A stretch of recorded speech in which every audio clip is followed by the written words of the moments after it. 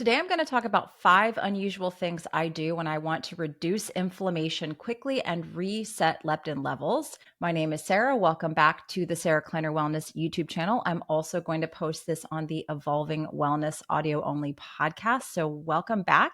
Now, if you are new here, my name is Sarah. I am a certified nutrition coach with the National Academy of Sports Medicine. And I'm also board certified in applied quantum biology by the American Naturopathic Medical Board. And I've been through Dr. Tom Cowan's new biology curriculum. So I view health kind of through a different lens than your standard nutritionist and standard health coach, because I understand how the body works in a quantum way. So, how essentially exclusion zone water can help to support mitochondria, how light impacts the mitochondria. And essentially, that's your body's energy management system of the body. So, this time of year in particular, a lot of people do experience inflammation if you're in the northern hemisphere. There's a lot of reasons for that. But one big one is the holidays and people eating things they're not typically eating throughout the year, maybe unhealthy choices, things that are really high in what's called deuterium, which has a negative impact on the mitochondria if we don't have adequate ways to deplete deuterium, which strong UV light, sweating, red and infrared light all aid in this process and getting good sleep. And those things typically are disrupted this time of year as well. So, however you got here, however you clicked on this video, maybe you're having some inflammation right now due to stress. I've had sick kids for the last month, it seems like. And so my body is definitely hanging on to a little extra inflammation right now. So we're going to talk about 5 unusual things I do to reduce inflammation quickly and reset my leptin levels. Before we jump into that, a quick little disclaimer: none of this is medical advice or meant to be taken as a substitute for working one-on-one with a practitioner that can have a full conversation with you. Second thing, the day that I'm releasing this, I am still running my Black Friday course sale, which is the lowest prices of the year on my courses and bundles. I'll have a link to that in the show notes. I get messages probably year round asking people, are you going to run a Black Friday sale on your 21-day leptin course? And I always say yes, it will be over on Monday night. So down in the show notes, if you have been waiting to take advantage of that Black Friday course sale, I also have a gift guide that has all my favorite blue blockers, air purifier, hydrogen machines, water purifiers, all the things. If you're also looking to take advantage of Black Friday discounts on those products, that'll also be in the show notes. So let's jump into it. The first kind of unusual thing I do if I really want to reset leptin and reduce inflammation is I will eat my breakfast outside. Now, the coldest it gets here where I live is maybe 20 degrees Fahrenheit. So you have to use common sense. And I've been cold adapting. I do cold exposure, a little bit of cold therapy year round, really. I love doing more cold plunging actually in the summertime than I do the winter time. But I'm pretty cold adapted. So it's not like I just woke up one day and said, let me just go out on the coldest day of the year and sit outside. I've been going outdoors every single day year round. So my body is naturally adapting to these temperatures. But cold has a quantum effect on the body, helps to reduce inflammation, helps to improve mitochondrial function. You also get this brown adipose tissue that is more metabolically active. So it can all really help to pull inflammation down. Eating breakfast, so I'm kind of combining two in one. Maybe let's say you live somewhere where it's just, you just can't do the cold outside. I get it. I would crack open a window and maybe have like a little red light panel or something kind of to keep you warm and eat breakfast there. So you're getting the natural red and infrared. That is very abundant and rich during sunrise time. There's no UV light at that time. So I would sit by a window, crack it open, light can travel in. Light, again, can bend and really, really get to you, give you that signal that you need to start to reset all those clocks, get everything running again, turning on the HPA, HPG axes, supporting cortisol, all those hormones that, again, can help with inflammation. So I'd sit by a window and eat a blood sugar friendly, protein rich breakfast. Now, for me, I don't really crave a lot of eggs during the winter. I stick to more breakfast sausages. I do have a local farm I get the breakfast sausages from, but in a pinch, not the highest quality, but I'll get the Applegate Farms chicken sausages occasionally, but I prefer to get it from my local farm. I'm just saying, don't let perfect be the enemy of good. Eat something that's protein rich, has a good fat, and stabilize your blood sugar in the morning, because what that's going to do to help you with your inflammation is going to stabilize your blood sugar levels throughout the day. A really negative pattern that I've been stuck in many times myself in the past, and that I see people really struggling with, is either skipping breakfast. And so that can create really, really high cortisol levels and create some dysregulation there throughout the day with blood sugar, cortisol, insulin, all those hormones. And or I see people eating an avocado toast or granola or oatmeal, something that doesn't necessarily keep the blood sugar nice and stable. So again, protein rich, blood sugar stabilizing breakfast. Bonus points if you can go outside, get some cold thermogenesis, eat it outdoors. Now, the other thing I just mentioned, which is number 2, is going to be red and infrared exposure. There is a very lovely thing that these wavelengths of light do for your mitochondria. In that sunrise hour, that first time when the sun's coming on the horizon, blue light's coming on, signaling the brain to, again, turn on all these hormonal processes, metabolic processes. You're also getting mitochondrial benefits. So infrared light and red light, there are sensors on your mitochondria for these specific wavelengths. This can create more metabolic water, which in turn helps your body to reduce inflammation, increase energy production, and there's a lot of healing benefits in the red wavelength in particular. So I love red light panels. The red light panel that I love is EMR Tech. It's on sale 30% off for Black Friday. That's in my gift guide that's linked in the show notes, but you get an abundance of red and infrared at that sunrise time. So number 2, I would say get some red and infrared. Go outside at sunrise. And if you want to know what time sunrise is for you, download my app, my circadian app. The free version will tell you wherever you are in the world what time sunrise is, what time UVA is, which is that next window of time that has a host of hormonal and metabolic benefits for your appetite and thyroid hormones. All those things happen in UVA light. So the My Circadian app will let you know when that is for you, and that's the free version. Now, just as a little side note, ending Monday night, December 2nd, I'm only going to do this once a year with My Circadian app. We're doing 50% off for lifetime access for that app. So if you have the app, go ahead and check out the Black Friday button. You can get 50% off the app, lifetime access. We're only going to run this once a year during Black Friday week. Okay, so that's number 2. Number 3 would be grounding. Now, I know a lot of people live in these cold environments where going outside barefoot is just not a practical thing, especially if there's tons and tons of snow. So believe it or not, water is extremely conductive. And I always recommend getting a conductivity meter to test this, because I know people will say, oh, I have plastic pipes. Most people, even the clients I have that have the quote unquote plastic pipes, are still grounded because water is extremely conductive. So grounding actually helps your body pull in electrons that can really calm down inflammation. Another way to support your mitochondria and the energy management system of the body is through grounding. Now, yes, there are some grounding shoes that I like. I might do a video testing out some new pairs that I've just bought, and I'll show you guys the brands this time, because the last grounding video, I didn't show you the brands. But there are some good grounding shoes out there, but they can be pricey. So I would, if it's too cold to go outside, if you have a basement floor that's unfinished, typically those are grounded. I've tested mine with my conductivity meter. So you never really know until you test something. Okay.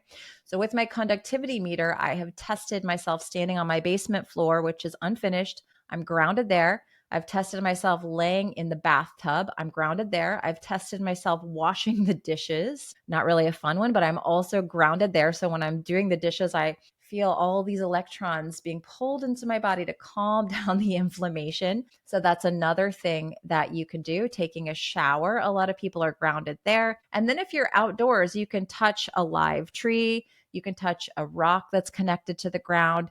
Sometimes if you touch like a metal signpost, a mailbox that has a metal post, those things are also grounded as well. So We always think we have to be grounded by being barefoot on the earth. That's always great. There are other benefits to the nervous system for doing that as well. But to gather those electrons and allow your body to pull down that inflammation, you can utilize these other methods. Now, grounding mats, I have mixed feelings on those. There are some interesting studies that show that there are benefits, even if it is being used with an AC current. So a mat that's plugged in to the wall, you're utilizing an alternating current. Your body recognizes better a DC current because we run on a DC electric current. That's why we have all these other things like light and magnetism, electrons. That's why our bodies respond so positively, is because of the current that we run on. Our bodies are literally electric. So I have seen people use the grounding mats that are plugged into the wall and feel bad,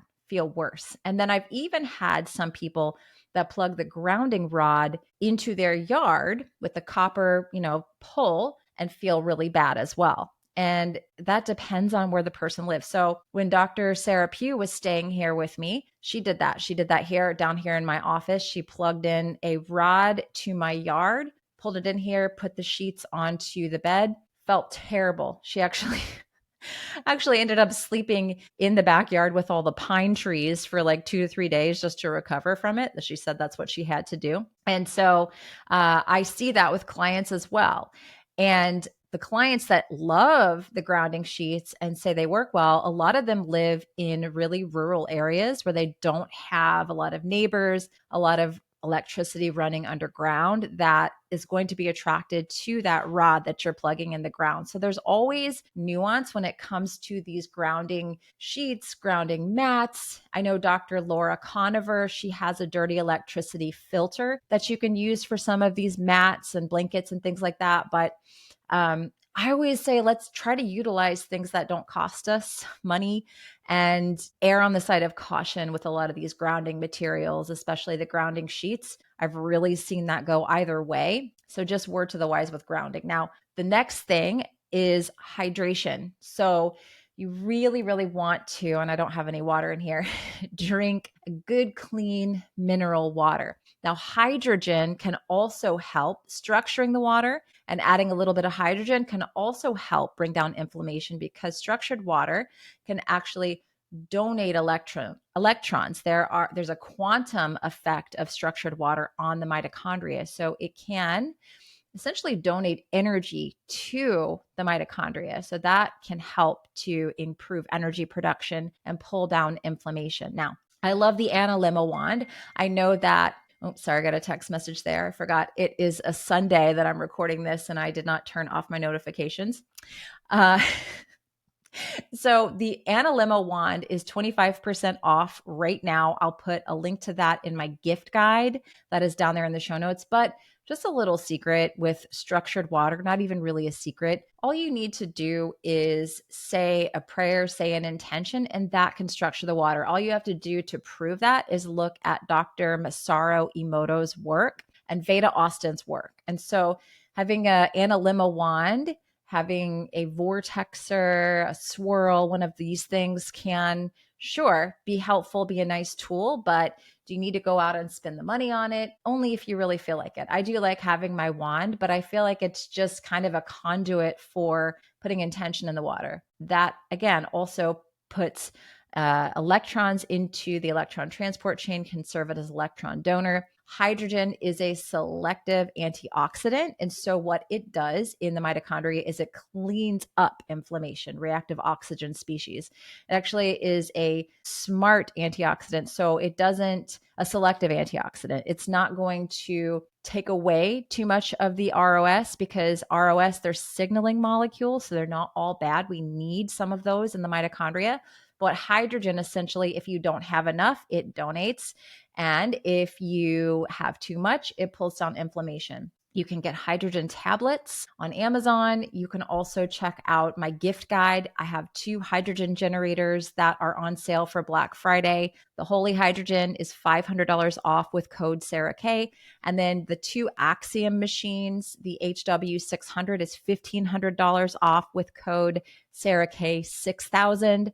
And then the HW 300 is $500 off with the code Sarah K 3000. All that in my gift guide. But hydrogen, do you have to have it? Do you need to have it? I would just start with good, clean mineral water, structuring the water, adding some intention, adding some love to it, getting a good mineral. I love Quinton, Quinton, Quinton hypertonic minerals. I also love Dr. Dean's magnesium, her Remag. My code there is Sarah K. I think they may even be having a Black Friday sale as well.